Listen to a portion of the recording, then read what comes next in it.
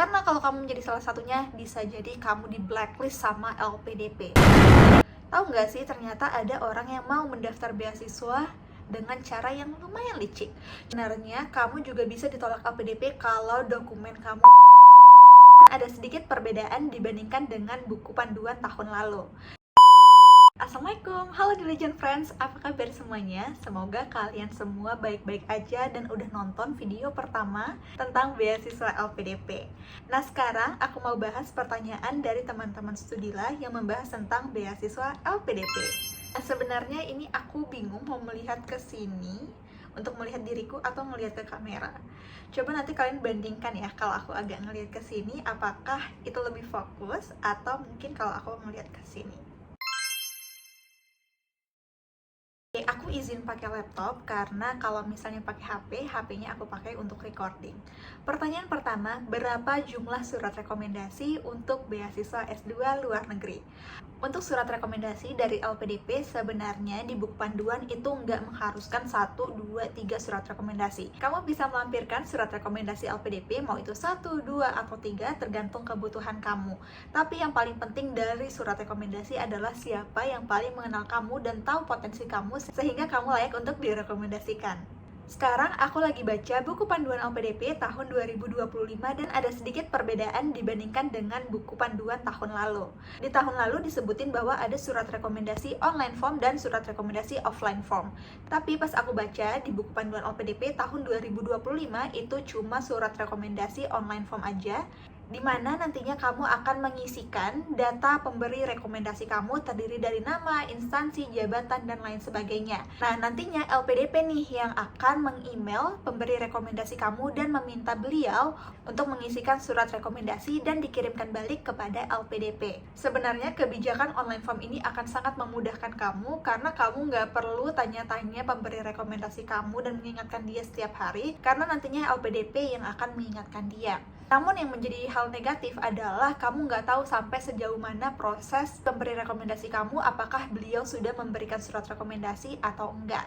Di sisi lain, sebagai pemberi beasiswa, aku juga lebih setuju kalau ini berbentuk online form. Karena nggak bisa bohong, ada orang-orang tertentu yang akan menggunakan cara licik untuk mengisikan surat rekomendasi kepada dirinya sendiri. Ini dia buat sendiri untuk dirinya. Jadi menurut aku akan lebih fair kalau pemberi rekomendasi memberikan langsung kepada LPDP tanpa diberikan informasi secara detail kepada pendaftar beasiswa. Tapi kalau kamu khawatir misalnya, aduh gimana dong kalau misalnya pemberi rekomendasi aku itu tuh nggak mengisikan data atau dia lupa, dia sibuk, gimana dong kak? Menurut aku cara yang kamu harus lakukan adalah pilih salah satu pemberi rekomendasi yang sekiranya available dan dia bisa memberikan data secara cepat kepada LPDP kalau dibutuhkan. Tugas kamu adalah dari jauh-jauh hari harus menghubungi pemberi rekomendasi kamu dan menjelaskan bahwa ada tata cara seperti ini dari LPDP sehingga beliau tidak kaget nantinya kalau ada email. Next, aku move ke pertanyaan nomor 2. Di sini, jika kita mendaftar dan belum masuk pada tahap administrasi, apakah tim LPDP akan memberi feedback kurangnya di mana? Dari Lina. Hai Lina, thank you banget untuk pertanyaannya, dan pertanyaannya menarik banget. Nanti LPDP akan menuliskan status bahwa kamu tidak diterima beasiswa LPDP, dan biasanya ada alasan kenapa kamu tidak diterima. Kalaupun nggak ada alasannya langsung, nantinya kamu bisa meminta alasan kepada LPDP melalui tiket bantuan LPDP. Nah, di sana nantinya kamu akan mendapatkan catatan kenapa kamu belum lulus menjadi awardee LPDP di tahap administrasi. Bisa jadi karena misalnya IELTS kamu expired atau mungkin surat rekomendasi kamu expired. Ingat ya, dokumen-dokumen ini semuanya memiliki masa kadaluarsa masing-masing. Kalau dokumen bahasa Inggris, lumrahnya kadaluarsa dalam waktu 2 tahun, surat rekomendasi kadaluarsa dalam waktu 1 tahun. Jadi misalnya percobaan pertama atau kedua kamu belum lulus, nanti di percobaan berikutnya kamu harus meminta lagi surat rekomendasi dan tes IELTS lagi kalau misalnya sertifikat kamu sudah expired. Nah, selain dari expired, sebenarnya kamu juga bisa ditolak LPDP kalau dokumen kamu palsu. Iya, palsu. Tahu nggak sih, ternyata ada orang yang mau mendaftar beasiswa dengan cara yang lumayan licik. Contohnya, IELTS-nya cuma 6, sementara syaratnya LPDP 6,5. Dia akan mengedit dokumen tersebut menjadi 6,5. Ini jangan sampai kamu menjadi salah satunya, karena kalau kamu menjadi salah satunya, bisa jadi kamu di blacklist sama LPDP. Gak mau kan ya kamu di blacklist sama instansi negara?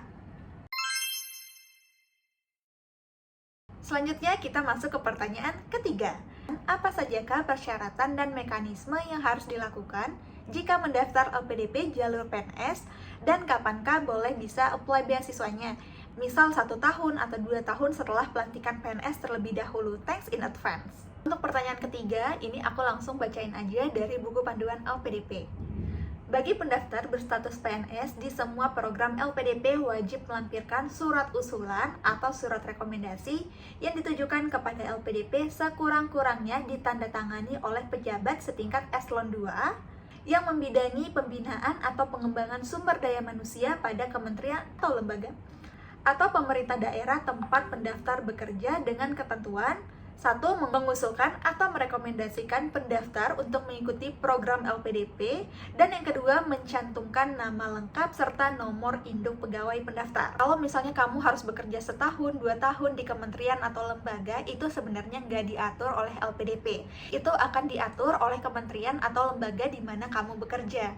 Saran dari aku, saat kamu meminta surat rekomendasi, dipastikan bahwa nama dan NIP kamu itu udah benar. Dan dipastikan di surat rekomendasinya itu dituliskan dengan jelas bahwa kamu mendaftar untuk LPDP aja. Karena bisa jadi loh nantinya surat yang diberikan adalah kami merekomendasikan A untuk melanjutkan studinya, tapi nggak dijelasin studinya dengan beasiswa LPDP.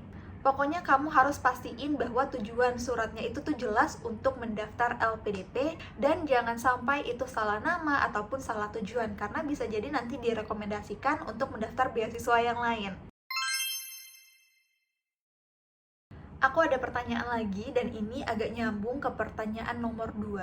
Apakah surat rekomendasi dari akademisi itu wajib? Bagaimana jika sudah bekerja di instansi non-akademisi beberapa lama? Adakah saran mengenai surat rekomendasi? Menariknya, di LPDP itu tuh tidak mensyaratkan bahwa pemberi rekomendasi harus dari akademisi. Apalagi kalau kamu udah lama banget lulus, dan ternyata lebih relevan surat rekomendasinya dari atasan tempat kamu bekerja, ya nggak apa-apa.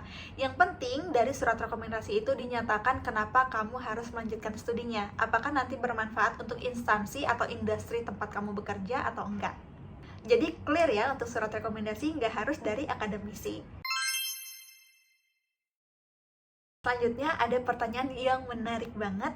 Fasilitas apa aja yang disediakan oleh beasiswa LPDP, terutama fasilitas yang mungkin belum banyak diketahui oleh orang awam, seperti fasilitas persiapan studi, reimbursement, biaya bahasa, dan lain-lain.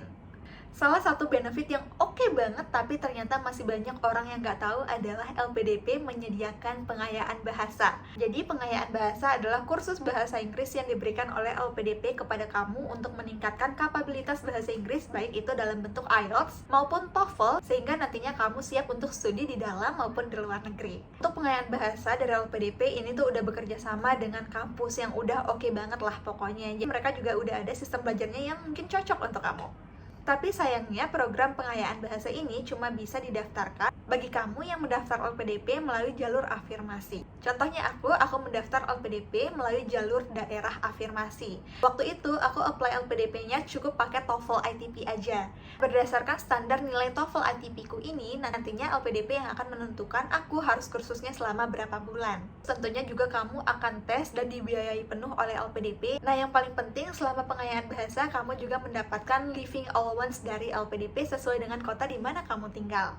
Jadi nggak salah banget kalau aku selalu bilang LPDP adalah salah satu beasiswa yang paling royal.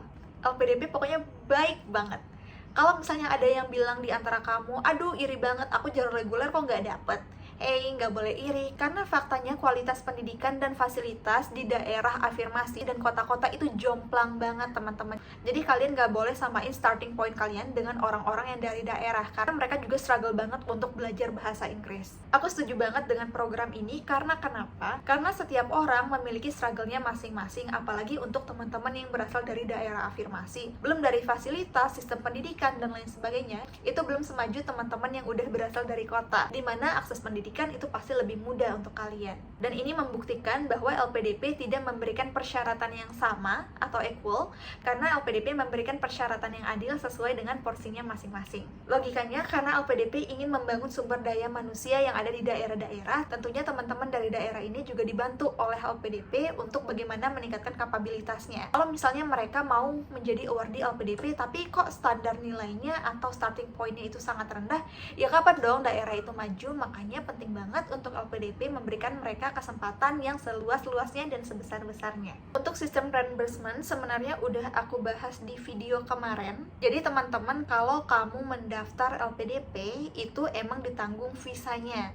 tapi medical check up-nya itu tuh kamu tanggung sendiri dengan uang kamu. Sistem visanya pun kamu harus bayar pakai duit sendiri dulu, nanti akan digantikan oleh LPDP at cost. Kenapa at cost? Karena itu tergantung dengan konversi. Bisa jadi hari ini aku mendaftar visa dengan harga 8 juta, tapi dalam seminggu kemudian karena rate-nya naik turun, itu bisa aja ke 9 juta.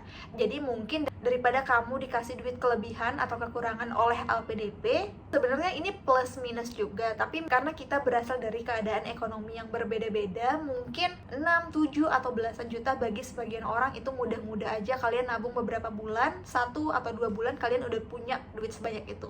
Tapi untuk orang-orang dari keadaan ekonomi yang kurang beruntung, ini merupakan suatu beban. Apalagi untuk biaya visa itu tuh nggak mudah. Dan teman-teman, biasanya untuk membuat visa aja itu tuh nggak di semua rumah sakit di setiap kota. Contohnya aku di Sumbawa, aku harus buat visa itu di Bali.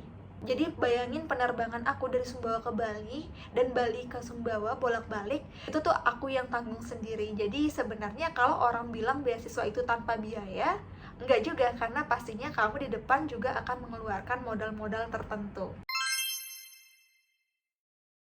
Terima kasih banyak untuk teman-teman Stadila yang udah nanya di grup WhatsApp.